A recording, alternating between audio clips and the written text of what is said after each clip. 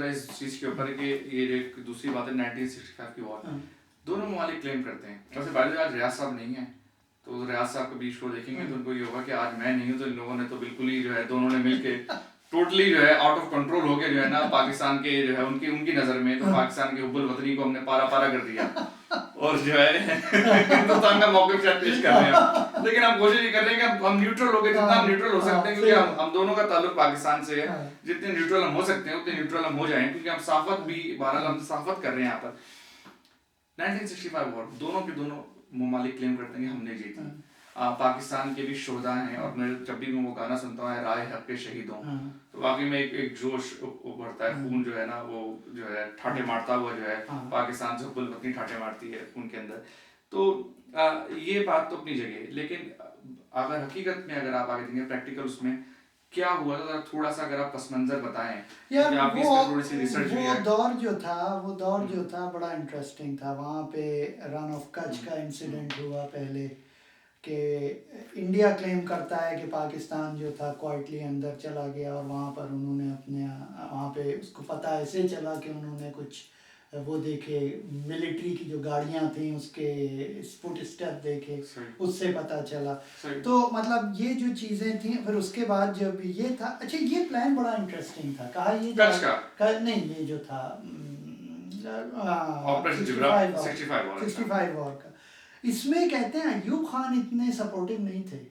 ये भुट्टो ने और जो सिविलियन लीडरशिप थी उसने उन्हें काफी अख्तर मलिक का नाम आता है, नहीं थे तो सब लोग, अयूब खान का भी नाम आता है और उसमें तो सारे, लेकिन Ayub Khan for some reason इतने इम्प्रेस नहीं थे। आइडिया ये था कि आप यहाँ से ऑपरेशन जिब्राल्टर जिसे कहते हैं, कि आप यहाँ से लोगों को ट्रेन करेंगे और कमांडोज को आप इन्फिल्टर करेंगे through parachute, through walk in और कश्मीर में वैली में, और वहाँ के ऊपर। अच्छा कश्मीर जो है वो एक्चुअली तीन हिस्से में है। कश्मीर जो है पार्टली जो है वो कुछ लद्दाख का एरिया जो हिंदूज का है, कुछ का मुसलमानों का है, कुछ का इधर कुछ ये जो है ना आपके नॉर्दर्न जो एरियाज हैं सारे, तो 3 हिस्सों में है बेसिकली।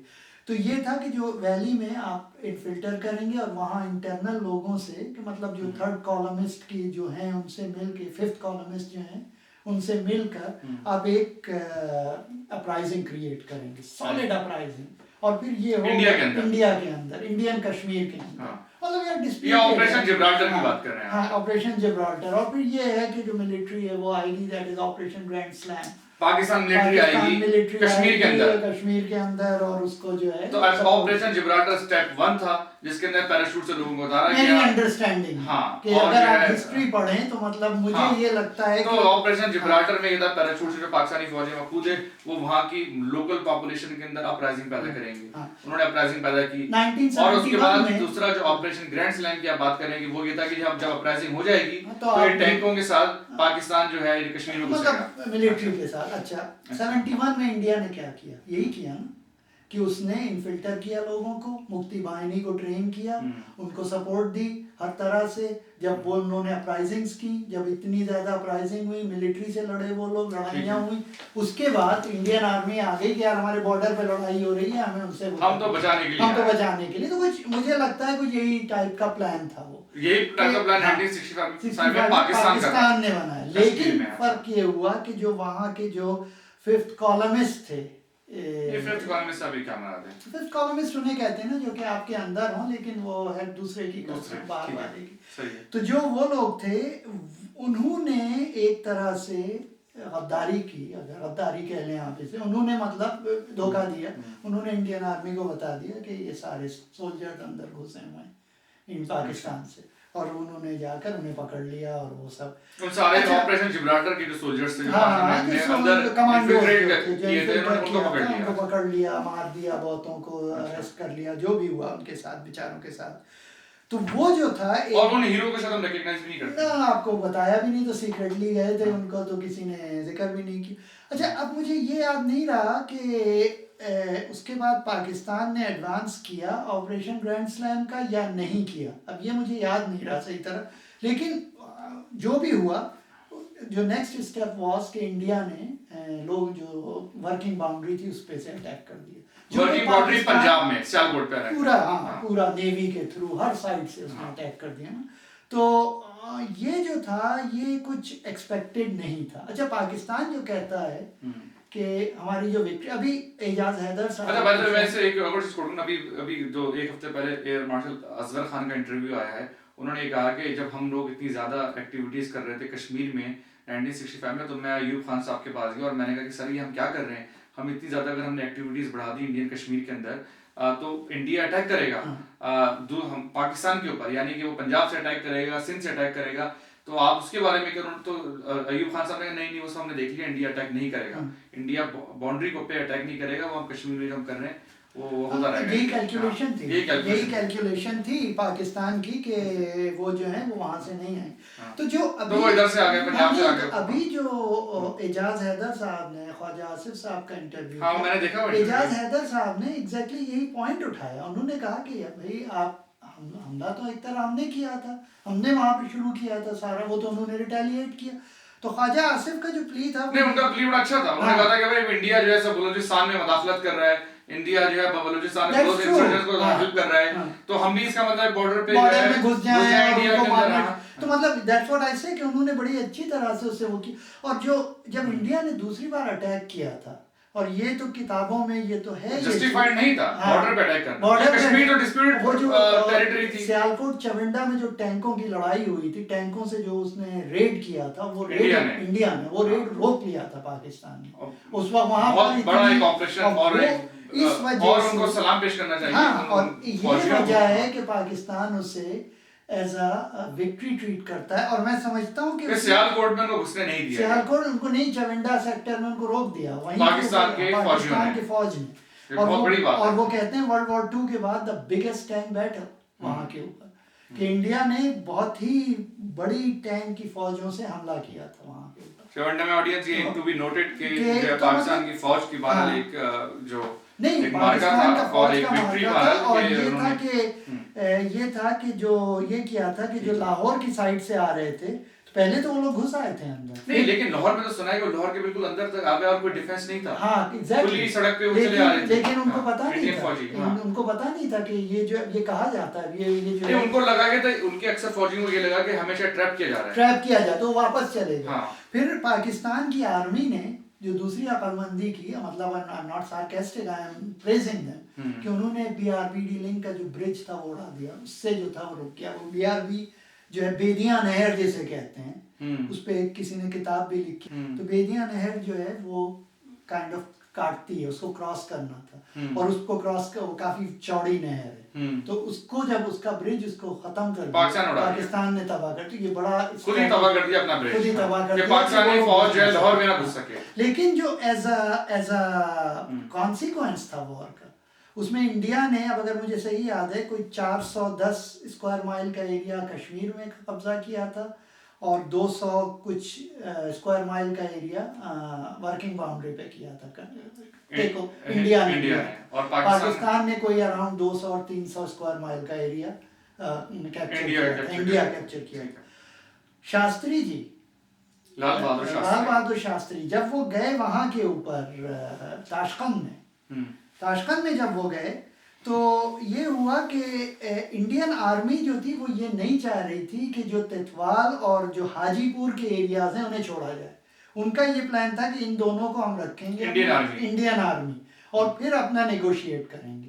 और क्या हुआ कि उन्होंने वो छोड़ दिया, उन्होंने आर्मी से कह दिया कि उसे खाली कर दो, एग्री कर दिया इसके। लाल बहादुर शास्त्री कि कौन सी दो जो पोस्ट थी बड़ी इंपॉर्टेंट पोस्ट, तितवाल और ये कश्मीर के अंदर, और हाजीपुर पंजाब में, मेरा ख्याल से ये भी कश्मीर में ही, दोनों जो कि इंडिया ने कैप्चर कर ली थी, कब्जा कर ली थी। ये छोड़ना नहीं चाहती थी इंडियन आर्मी, लेकिन उन्होंने लाल बहादुर शास्त्री ने, और उसका इम्पैक्ट बड़ा बुरा पड़ा कि जब उनका जो था इंडिया में, वो वहीं थे, ताशकंद ही में थे, जब इंडिया में उनके खिलाफ बड़ी बातें हुई, और उनकी बेटी से जब उन्होंने बात की फोन पर ताशकंद से, तो उनकी बेटी ने वो बहुत रोई, और कुछ समथिंग लाइक दैट, वो उन्होंने सारा पूरा अकाउंट लिखा है ये कुलदीप नायर ने अपनी किताब में, उसका कि क्या हुआ वो मुझे पूरी तरह वर्बेटम तो याद नहीं। फिर उसी रात ही पास्ड अवे, अच्छा। हाँ, शास्त्री जी।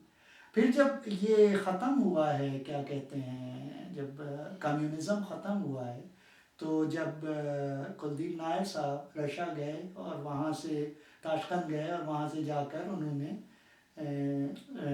पेपर्स निकालने की कोशिश की कि शास्त्री का इंतकाल कैसे हुआ था। उन्हें कुछ नहीं मिला वहाँ, सारा कुछ गायब था वहाँ से। तो इन्होंने तो ये तक लिख दिया है कि एक तरह से कुलदीप नायर ने एक तरह से इनडायरेक्टली ये कहा है कि शास्त्री जी को मार दिया गया था इसकी वजह से। किसने मार दिया? हिंदुस्तान की आर्मी ने? इंडियन इंटेलिजेंस ने।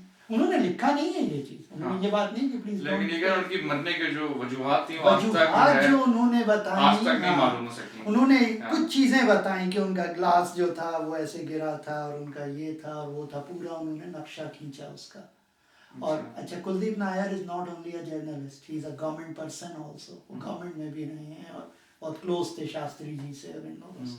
तो coming back to our previous topic के ये जो सारा सिस्टम हुआ, एक और शास्त्री जी उस वक्त ये चाह रहे थे कि अय्यूब खान साहब के साथ कि हम एक साइन कर लें कि हम कभी भी एक दूसरे पे हमला नहीं करेंगे। उन्होंने उनका जो हाथ का लिखा हुआ है अय्यूब खान के कि we will resolve all the problems by mutual dialogues instead of war और ये सब चीजें। तो ये जो था, अच्छा, वो अय्यूब खान ने उसके जो डॉक्यूमेंट था उस पे हाथ से लिखकर उनको दिया था।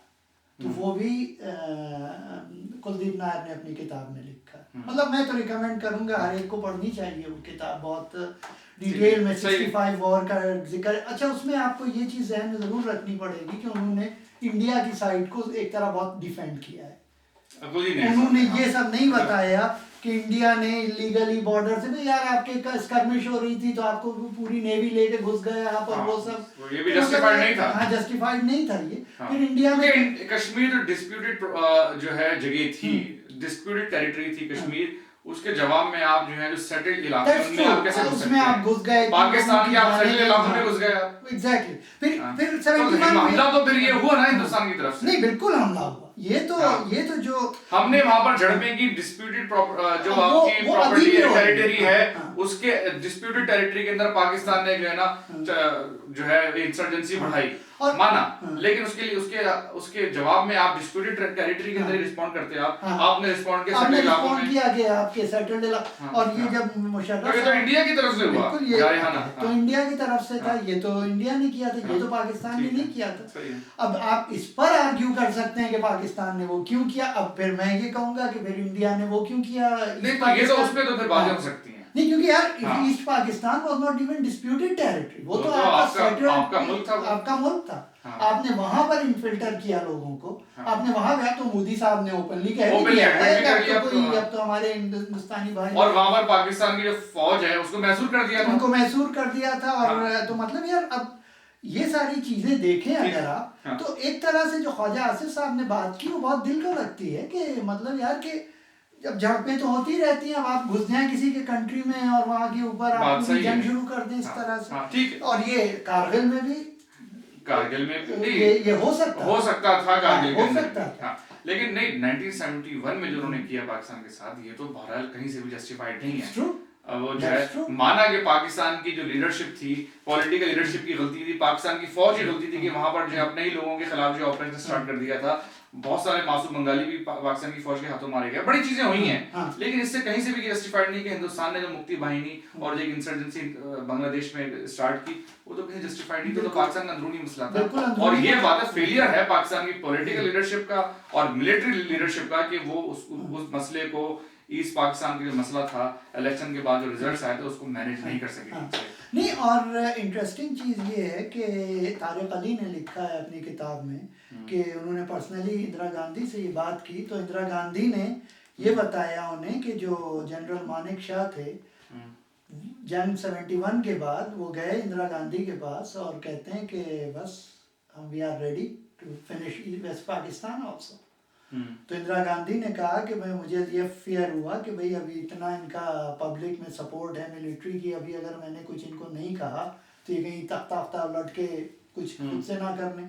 तो उन्होंने डिले किया चीज़ों को, और फिर जब कैबिनेट से बात हुई तो फिर उनको ये कहा गया कि यार आप इसको डिले करें। कैबिनेट ने ये मशवरा दिया कि डिले करें थोड़े दिन और, और इस तरह से, और फिर उसके बाद उनको रिटायर किया गया मेडल्स देकर, और इस तरह से इसको डिफ्यूज़ किया गया। तो इंडिया की जो इस्टेब्लिशमेंट है ना, उसके हमेशा से वो ये चीज़ है उसके जहन में। लेकिन इंटरेस्टिंगली कि जो ये 1965 वॉर का जो ऑर्डर है अकॉर्डिंग टू कुलदीप नायर, वो तो शास्त्री जी ने दिया था कि आप सेंट्रल पाकिस्तान में हमला कर दें, कि आप उसमें चले जाएं। ठीक है। तो अब ये है कि ये चीज़ ही was not very sure if I remember correctly, लेकिन उन्होंने जब पर्सनली उनसे पूछा तो उन्होंने कहा हाँ yes I did that. Lal Bahadur Shastri ने ऑर्डर किया आज़ाद हिंदुस्तान मिलिट्री को ऑर्डर किया कि आप सियालकोट और सिंध के सेक्टर में और पूरे वर्किंग बाउंड्री पे आप जो है घुस जाएं। अच्छा, तो ये एक बड़ी इंटरेस्टिंग चीज़ है। तो सही है, कम से कम भाई वो वहाँ पर ये तो हुआ कि मिलिट्री बगैर इजाज़त के नहीं घुस गई थी। हाँ नहीं, लेकिन ये है कि जो ये सारा जो यूजुअली जो मिलिट्री जो होती है, जैसे 71 का इंदिरा गांधी तारिक अली की जो मैंने बात इसीलिए बताई कि मिलिट्री भी वहाँ बहुत वो है, मतलब वो वहाँ का भी सिलसिला ठीक है। करती है। अच्छा, अब जरा पाकिस्तान